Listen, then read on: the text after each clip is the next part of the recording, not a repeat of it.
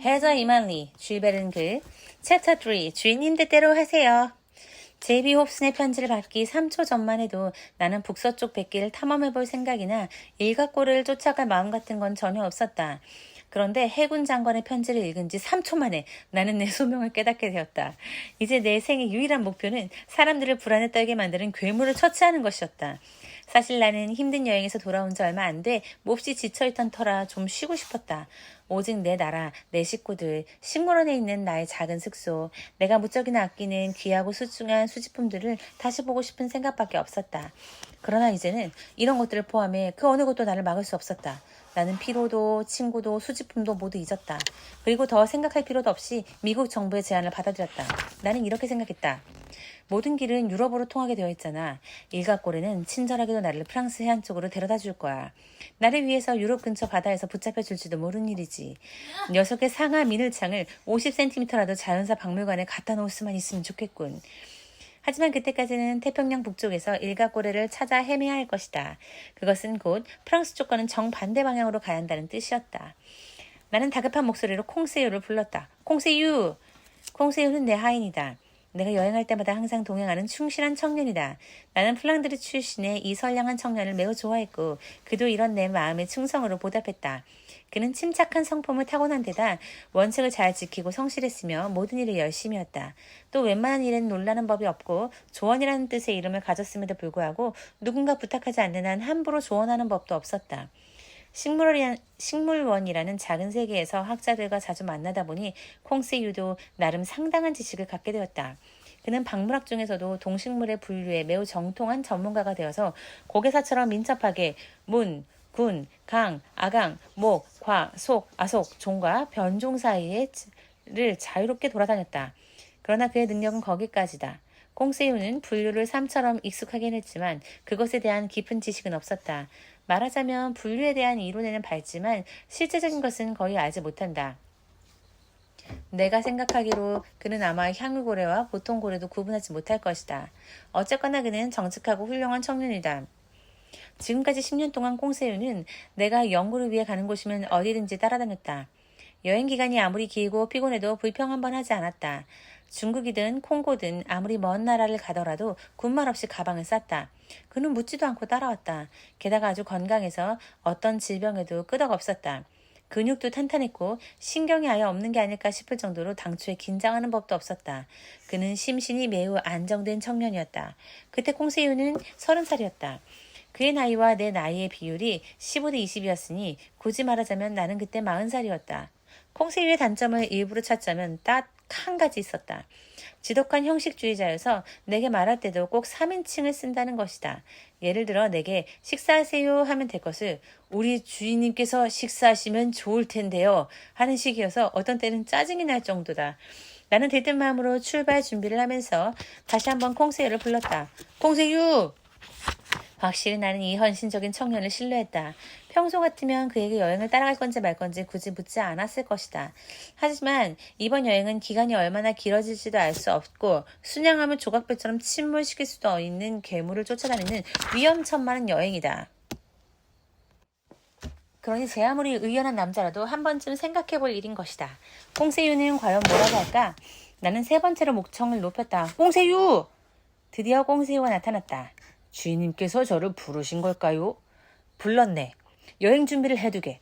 2시간 안에 떠날 거니까. 콩세유가 조용히 대답했다. 주인님 뜻대로 하겠습니다. 꾸며거릴 시간이 없네. 가방에 여행용품과 셔츠, 양말 같은 옷가지를 할 수 있는 한 가득 채우도록 하게. 서두르게. 주인님의 재질품들은요? 그건 나중에 챙겨달라고 호텔 직원들에게 요청할 생각이네. 네? 아르케오테리움, 히라코테늄, 오레오돈, 카이로포타미아, 다른 뼈들도요? 그건 호텔에 맡겨놓을 거고. 그럼 살아있는 말레이산 멧돼지는요? 우리가 없는 동안 다른 사람들이 잘 돌봐줄 것세. 동물들은 프랑스에 있는 우리 주소로 보내달라고 부탁할 참이야. 그럼 우리는 파리로 돌아가는 게 아니군요. 나는 대답을 얼버물었다. 물론 파리로 가긴 하는데 좀 돌아서 갈 생각이네. 돌아가든 곧장 가든 주인님 뜻대로 하세요. 아, 별 차이는 없네. 그저 조금 돌아가는 것뿐이니까. 우리는 에이브럼 링컨론을 탈 걸세. 콩세유가 평온한 표정으로 대답했다. 네, 주인님 뜻대로 하세요. 자네도 알겠지만 그 말 많은 때문이야. 그 녀석을 바다에서 처치하려는 거지. 심의 신비라는 2권짜리 책의 저자로서 페러거 탐장과 함께 배를 타게 된 것에 명예로운 사명이지만 위험천만한 일이기도 하네. 어디로 가야 할지도 모르고 말이야. 변덕이 심한 동물일 수도 있거든. 그래도 우리는 갈 걸세. 배짱이 수득한 페러거 탐장이 함께 가니까. 주인님께서 가시면 저도 갑니다. 그래도 잘 생각하게. 자네에게 아무것도 숨기고 싶지 않아서 하는 말이야. 이번 여행은 영원히 돌아오지 못할 수도 있어. 주인님 뜻대로 하세요. 15분 뒤 여행 가방이 다 꾸려졌다. 공세유는 능숙하게 가방을 쌌다. 나는 가방에 빠진 게 하나도 없을 거라고 확신했다. 공세유는 조류와 포유류를 분류하듯이 셔츠와 그 밖의 옷가지를 깔끔하게 분류하는 청년이기 때문이다. 호텔의 엘리베이터가 2층 큰 홀의 현관 앞에 우리를 내려다 놓았다. 나는 1층으로 이어진 계단을 내려와서 언제나 그렇듯이 많은 사람들이 북적거리는 카운터에서 숙박비를 치렀다. 그리고 박제한 동물들과 말린 식물들을 프랑스 파리로 붙여달라고 부탁했다. 또 말레이산 멧돼지를 돌봐줄 수 있도록 은행 계좌도 개설했다. 그리고 나서 콩새우와 함께 사륜마차에 올랐다.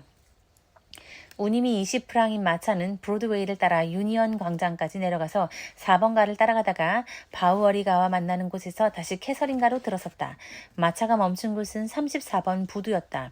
거기서부터는 연락선 캐서린호가 사람과 말, 짐들을 브루클린까지 실어다 주었다. 브루클린은 이스트강 왼쪽 연안에 위치한 뉴욕의 변두리다. 우리는 몇 분 만에 브루클린 부두에 도착했다. 부두에는 에이브러함 링컨호가 2개의 굴뚝에서 검은 연기를 폭폭 뿜어내고 있었다. 우리 짐은 즉시 순양함의 갑판으로 옮겨졌다. 나는 곧 배에 올라가 페러거 탐장을 찾았다. 선원 한 명이 나를 고물 쪽 갑판으로 데려갔다. 그곳에서 나는 인상이 좋은 한 장교를 만났다. 장교가 내게 손을 내밀며 물었다. 비에르 아로낙스 박사님? 그렇습니다. 페러거 탐장님이십니까? 맞습니다. 환영합니다, 교수님. 교수님의 선실을 따로 마련해 두었지요. 서로 인사를 나눈 뒤 나는 출항 준비로 바쁜 그를 남겨두고 선실로 안내를 받았다. 에이브럼 링컨호는 새로운 목적에 알맞도록 세심하게 정비되어 있었다. 이 쾌속 순양함은 과열기를 갖추고 있어서 증기 압력을 7기압까지 높일 수 있었는데 그 정도 압력이면 평균 18.3노트의 속력을 낼 수 있다. 거대한 고래와 싸우기에는 충분치 않았지만 상당히 빠른 축에 드는 속도였다. 순양함의 내부 시설도 항해 능력 못지않게 뛰어났다. 나는 고물 쪽의 장교실과 마주하고 있는 내 선실이 무척 마음에 들었다. 나는 꽁세유에게 말했다. 아주 편안하게 지낼 수 있겠는걸? 꽁세유가 대답했다. 이렇게 말하면 주인님께 신뢰될지도 모르겠지만 쇠고등 껍데기 속에 사는 소라게처럼 편안하겠어요. 나는 꽁세유가 짐을 정리할 동안 출항 준비하는 것을 보려고 갑판으로 올라갔다. 페러거 탐장이 에이브럼 링컨호를 브루클린 부두에 묶어두고 있는 마지막 밧줄들을 풀라고 명령했다. 15분만 늦었어도 순양함은 나를 태우지 않고 떠나버렸을 것이다. 하마터면 이 특별하고 초자연적이며 신비로운 원정을 놓칠 뻔했다. 거짓없는 사실임에도 불구하고 많은 사람들이 결코 믿지 못할 이 놀라운 원정을 페러거 탐장은 하루, 아니 1시간도 지체하고 싶지 않고 한시 앞이 괴물이 기다리는 바다로 나가고 싶어 했다. 함장이 기관사를 불렀다. 출발 준비는 되었나? 네, 함장님. 함장이 소리쳤다. 출발! 그의 명령이 떨어지자마자 기관실의 선원들이 시동을 걸었다. 증기가 슉슉 휘파람 소리를 내며 반쯤 열린 밸브를 통해 터져나왔다. 수평이 되게 늘어선 기다란 피스톤들이 삐걱거리는 소리를 내며 나무로 된 프랭크를 밀어냈고 스크류의 날개들이 점점 빠른 속도로 물을 쳐댔다. 드디어 에이브럼 링컨호가 100여 척의 페리들과 보급선들 사이를 장엄하게 나아가기 시작했다. 수많은 구경꾼을 태운 작은 배들이 마치 에이브럼 링컨호를 호위하는 듯했다. 브루클린 부두와 뉴욕의 이스트강 가는 호기심 많은 군중으로 꽉 차 있었다. 50만 명의 입에서 만세 소리가 쉬지 않고 터져나왔다. 수천 개의 손수건이 빽빽한 군중의 머리 위를 휘날렸고 그 환송인선은 에이브럼 링컨호가 뉴욕시의 긴 반도 끝에서 허드슨강 입구에 이를 때까지 계속되었다. 순양함은 별장들이 쭉 늘어선 허드슨강의 아름다운 오른쪽 강가, 말하자면 뉴저지 연안을 따라가다가 대포를 쏘며 환송하는 요새들 사이를 지나갔다. 에이브럼 링컨호는 미국 국기를 3번 올렸다 내렸다 하는 것으로 그들의 인사에 답례했다. 국기에 그려진 37개의 별이 뒤 돛대의 깃대 위에서 반짝거렸다. 배는 샌디우 끝에서 안쪽으로 휘어진 다음 100개의 표시를 한 수로를 지나기 위해 속도를 늦추고 좁은 모래톱 사이를 스칠 듯 지나갔다.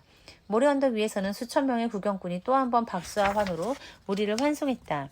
보급선들과 페리들이 계속 순양함을 따라오다가 등대선이 있는 곳에 이르러서야 되돌아갔다. 등대선의 신호등 2개가 뉴욕항으로 들어가는 수로를 알려주었다. 3시를 알리는 소리가 들렸다. 수로 안내인이 보트로 내려가서 순풍을 받으며 그를 기다리고 있는 작은 범선에 올라탔다. 보일러 화력이 더 세졌고 스크류의 날개들이 더 빠르게 물결을 때렸다. 순양함은 롱섬의 나지막한 해변을 따라갔다. 저녁 8시가 되어 북서쪽에 있는 파이어섬의 불빛이 시야에서 사라질 즈음 에이브럼 링컨호는 어두운 대서양 바다 위를 전속력으로 달리고 있었다.